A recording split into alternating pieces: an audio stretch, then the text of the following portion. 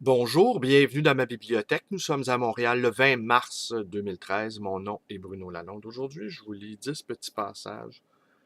Les 10 commandements de l'ère numérique de Douglas Rushkoff, que je vous remonte ici à l'écran. Alors, je vous faisais l'aveu suivant. Il y a quelques jours, dans l'une de mes vidéos, je tape avec une lenteur incroyable sur un clavier. Dit autrement, je ne sais quasiment pas taper, ce qui m'oblige à de la retenue. Je suis obligé de choisir mes mots soigneusement. Et ce qui m'évite également d'être pris dans des foires d'empoigne qui généralement n'aboutissent à rien. Par ailleurs, je vous disais également que mon temps consacré à ma vie virtuelle est limité. Je suis disponible online, autrement dit, environ 2 heures par jour. Le reste du temps, je suis dans ma vie réelle, incarné existentiellement, avec mes proches, mes amis, les gens qui m'entourent. Je suis dans la réalité. Et pour moi, le virtuel et l'imaginaire font partie du réel, mais ils n'y doivent en aucun cas s'y substituer ni le remplacer. C'est un agrément supplémentaire à cette vie. Bien des choses, j'aurais bien des choses à vous parler. Demain et après-demain, je vais vous parler de ce projet auquel je participe, le livre voyageur, les Journées internationales du livre voyageur.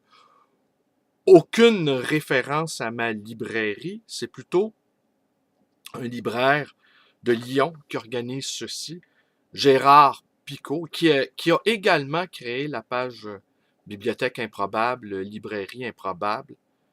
Allez voir cette page-là sur Facebook, elle est formidable. Et Gérard Picot, donc, organise cette journée, ces 2 journées du livre voyageur qui consistent à déposer dans des lieux publics des livres que nous offrons aux passants rêveurs déambulants qui se donneront la peine de ramasser ces livres. Alors demain, je vais vous parler de ça et après-demain aussi également, car il va de soi, j'y participe. On ne peut pas s'appeler le livre voyageur et ne pas participer à une opération qui s'appelle également le livre voyageur. Alors, je vous résume les 10, les 10 commandements de l'ère numérique. Le temps, règle numéro 1. Ne pas, ne pas être toujours on, justement. Le système nerveux se conjugue au présent. Même si nos cerveaux n'enregistrent ce qui se passe autour de nous qu'avec quelques millièmes de secondes de retard, notre expérience du temps est continue. Nous vivons maintenant et le temps ne fait que passer. Le numérique, lui, n'existe pas dans le temps. Le fait de marier nos corps et nos esprits, fondés sur une échelle de temps, avec des technologies qui vont à l'encontre de la temporalité, produit un divorce avec les rythmes, les cycles et la continuation sur lesquels repose notre cohérence. Alors, vous voyez, si moi j'applique ça, je ne suis pas toujours disponible. Le lieu, vivre en personne. Les réseaux numériques sont des technologies décentralisées. Ils fonctionnent depuis des endroits lointains, remplaçant l'intimité par la distance. Cela les rend terriblement bien adaptés aux communications ou aux activités à longue distance, mais très inappropriés pour traiter avec les choses ou les individus qui se trouvent juste à côté de nous en utilisant une technologie délocalisante pour des problématiques locales. Nous perdons le sens du lieu et l'avantage du terrain.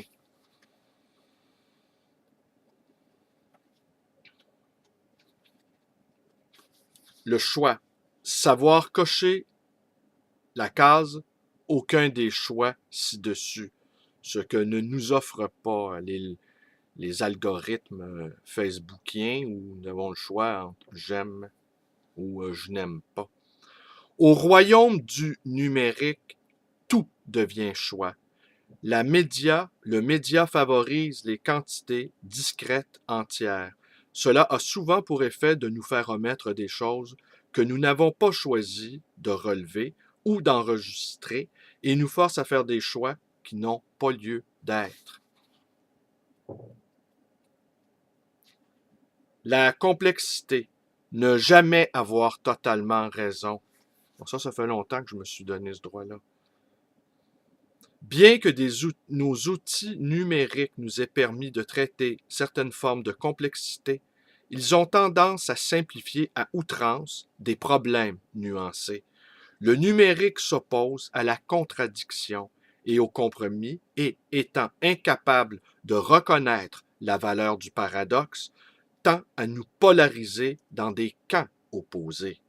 Sur Internet, nous demandons des réponses au travers de requêtes pourtant portant sur de simples mots plutôt que de tenter de formuler une demande en suivant un raisonnement logique. Nous perdons de vue le fait que nos outils numériques ne sont que des modèles de réalité, mais ne s'y substituent pas et nous confondons leurs contours exagérément simplifiés avec ce que les choses devraient être. En acceptant le caractère réducteur du numérique, nous retrouvons la capacité de traiter les simulations qu'il propose de modèles se déroulant dans le vide, plutôt les descriptions précises de notre monde. L'échelle. Il n'y a pas de taille unique.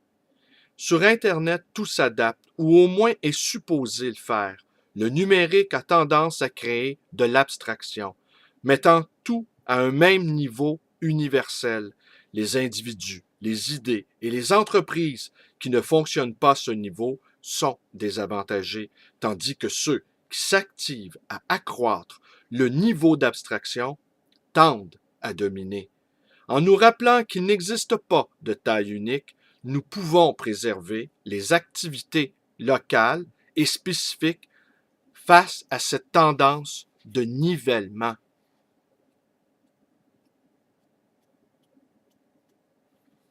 L'identité, être soi-même. Nos expériences numériques se déroulent hors de notre corps. Cela induit des comportements dépersonnalisés dans un environnement où l'identité d'une personne peut avoir de la valeur. Plus nos rapports avec les autres sont anonymes, moins nous percevons les répercussions humaines de ce que nous disons et faisons. En résistant à la tentation de nous abriter derrière un anonymat faussement rassurant, nous restons responsables et présents, c'est-à-dire mieux à même de transposer notre humanité dans le monde numérique. Le social, ne pas vendre ses amis. Malgré ces tendances déshumanisantes, le média numérique tend à favoriser les relations sociales.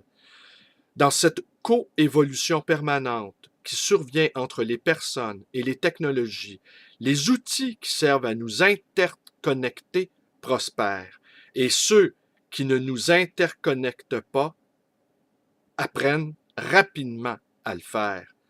Nous devons nous souvenir que le média numérique doit tendre à favoriser le contact avec les autres et non avec ce qu'ils produisent ou pire, avec leur argent. Si nous oublions ça, nous risquons de nous priver du principal cadeau que le numérique peut nous offrir.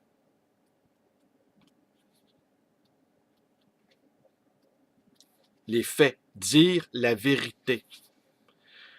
Le réseau agit comme un sérum de vérité. Publiez quelque chose de faux en ligne et cela finira par être reconnu comme un mensonge. Le numérique favorise les faits et la réalité au détriment de la fiction. Cela implique que celles et ceux qui communiquent par ce biais n'ont pas d'autre option que de dire la vérité. On médite là-dessus, n'est-ce pas? L'ouverture, partager, ne pas voler.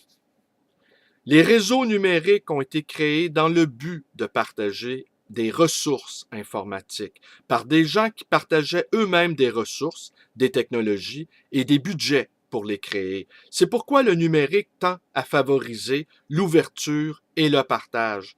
Pourtant, et parce que nous ne sommes pas habitués à évoluer dans un monde ainsi caractérisé, nous exploitons souvent l'ouverture des autres ou finissons par être nous-mêmes exploités. En apprenant la différence entre partager et voler, nous pouvons promouvoir l'ouverture sans succomber à l'égoïsme. Et enfin, le dernier point, le point numéro 10, le commandement numéro 10, programmer ou être programmé. Le numérique est programmé. Cela tend à favoriser avec ceux qui ont la capacité d'écrire des programmes. À l'ère numérique, nous devons apprendre à produire des logiciels. Sans trop quoi, nous risquons de devenir nous-mêmes les logiciels.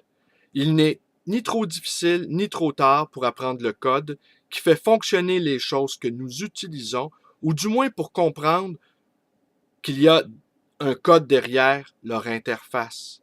Sinon, nous sommes à la merci de ceux qui programment, des gens qui les paient et même de la technologie elle-même.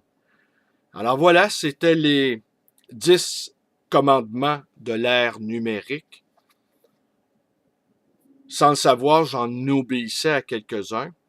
Et puis à d'autres, eh bien, il reste du travail à faire, en particulier sur le point numéro 10. Vous l'avez sans doute compris. Alors, je vous invite à me rendre visite à ma librairie, justement, en chair et en os. Allez me voir sorti de mon écran. C'est assez étonnant d'ailleurs, cette expérience-là de dématérialisation de ma propre personne, être devenu une créature virtuelle. Je le vois l'étonnement des gens qui me rendent visite à ma librairie après avoir vu mes vidéos. Ils sont toujours étonnés d'avoir en face d'eux une personne en chair et en os. Et je suis le même, étonnamment, autant dans le virtuel que dans le réel. J'essaie d'être juste, j'essaie d'être franc, j'essaie d'être transparent. Donc, vous pouvez me téléphoner dans le 514 également, 736-0999, dans le 514 à Montréal. Si vous voulez savoir, ah non, je vous dirai ça une autre fois.